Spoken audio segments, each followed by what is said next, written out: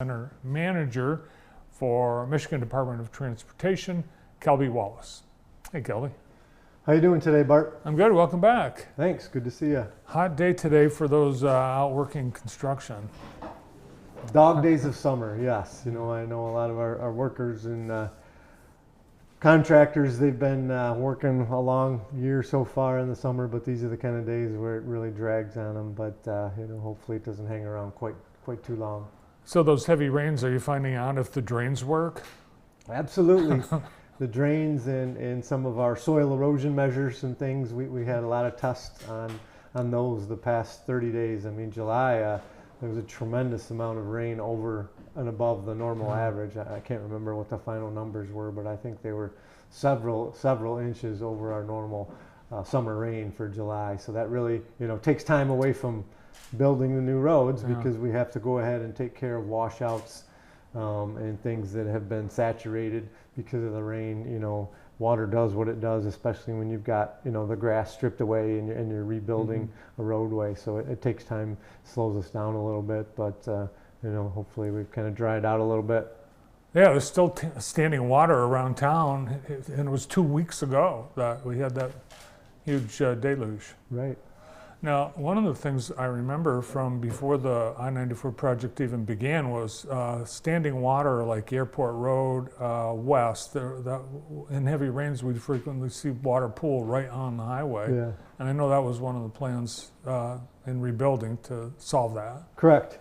Yeah, all these projects that we've done from all the way starting on 94, started at Sargent and went all the way through to Airport Road the past couple of years. It was all new drainage through that whole corridor, made the drains larger, the pipes larger, dug new ditches along both sides of I-94 and the ramps.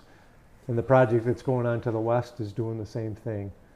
All right, we've got some pictures you brought along thanks to your MDOT photography unit and their drone. Yeah, so this right here is, you know, hits right to what you just said. If you looked on the left screen, there's a ditch full of water, you know, in the middle of summer. Oh yeah. A beautiful, you know, nice day. The water's still kind of standing there, very flat out there. You know, I think a lot of people may have called us. We call it on the project, it's called the Parma Flats. You know, that's kind of what we, you know, dictate where the work's going on. So a little bit more here. You know, this is looking eastbound. We're down to rebuilding that right lane and outside shoulder there. So they're bringing in the new sand that is the base of the roadway. And here, after they get the sand brought in, you can see that different color gray material on top of it. That's our gravel mix. It's got a little limestone in it. That's what gives it that color. So, you know, and here's a photo of how we compact the sand to make sure that that roadway is flat and solid. It's not going to ever sink out there. So we're well on our way to starting mainline paving on eastbound 94. Here's the start of the process where we're removing the old pavement and doing some of that re-ditching there on the right. We have to tear that pavement out with an excavator, load it out on a truck, and go haul it to typically a gravel pit where sometimes that stuff's recycled.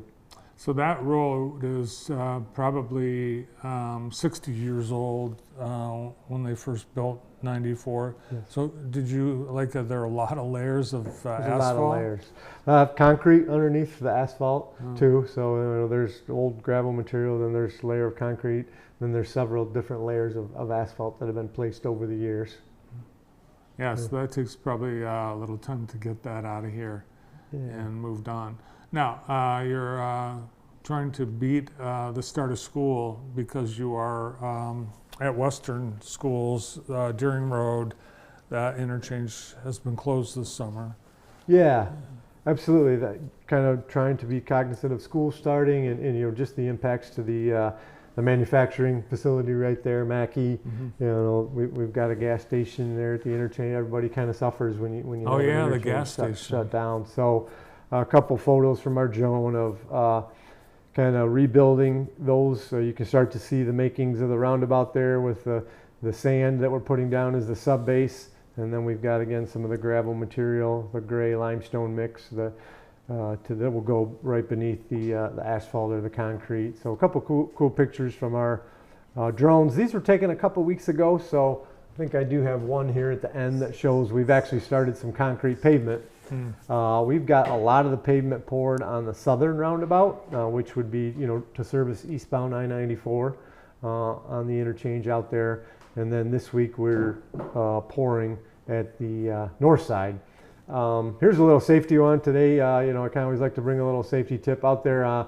We've installed these real high visibility reflectors on that median concrete barrier wall, so that you kind of catch that every 200 feet spacing. We have it out there. Good idea. Yeah, no, it's just not cost feasible to install the lighting that we do in Jackson. We do near Jackson out there, but those reflectors really shine off people's headlights and kind of give you a good orientation, especially in low visibility situations, whether it's rain or snow. You kind of see those reflectors and realize I need to stay away from that wall.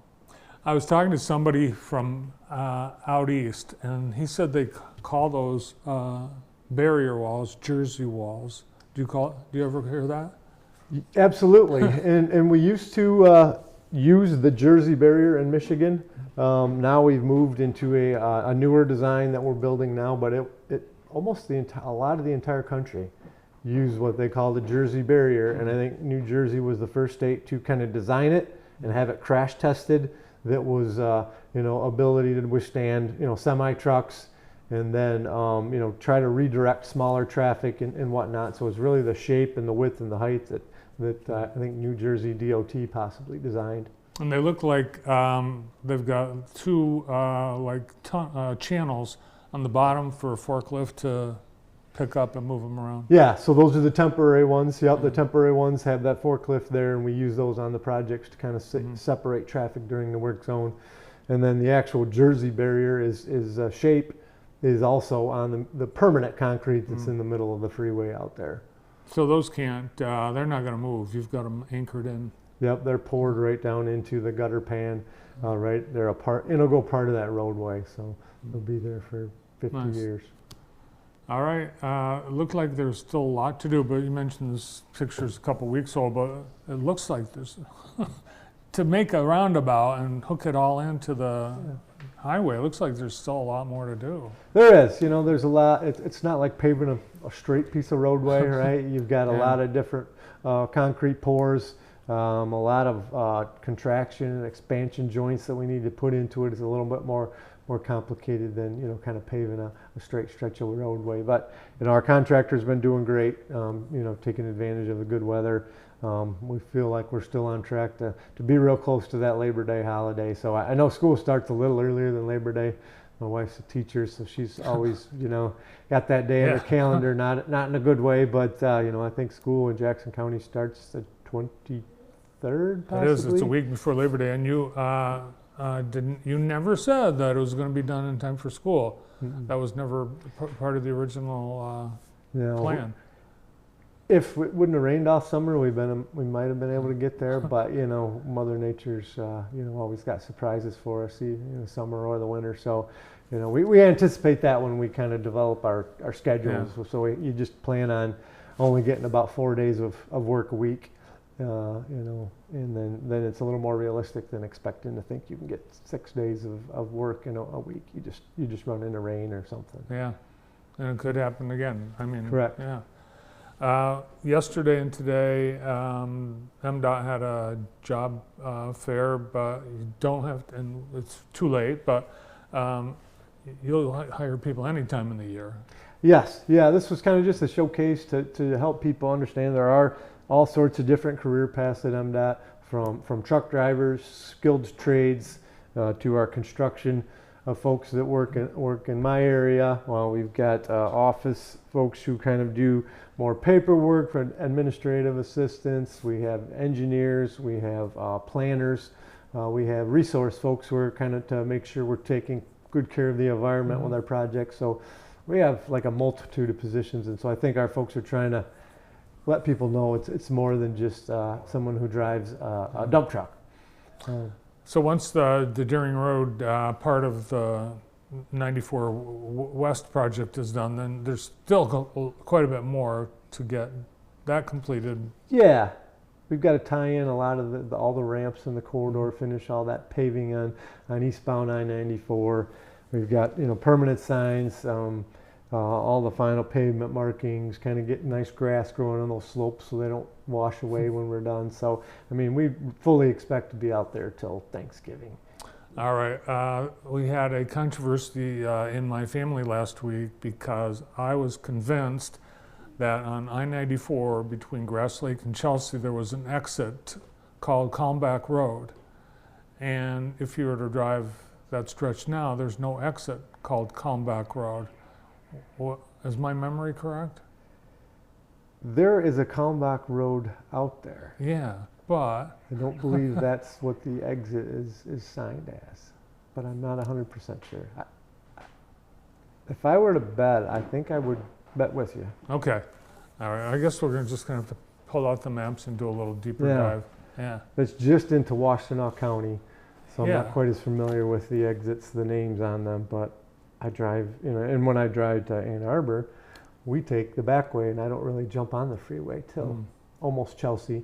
So I kind of miss that stretch you're talking about. And I live down by Brooklyn, so I And that's right about where you would pick up 94. It is where the town of Francisco, which doesn't really exist, Calmback Road is there. Right there. But I was pretty sure. Well, someone will know, and they'll let me know. Okay. All right. Well, you guys keep up the great work. Stay safe. Everybody driving, keep the crews safe while you're out. Keep it slow, and thanks for coming in. Thanks for having me. Jackson TSC manager at MDOT, Kelby Wallace.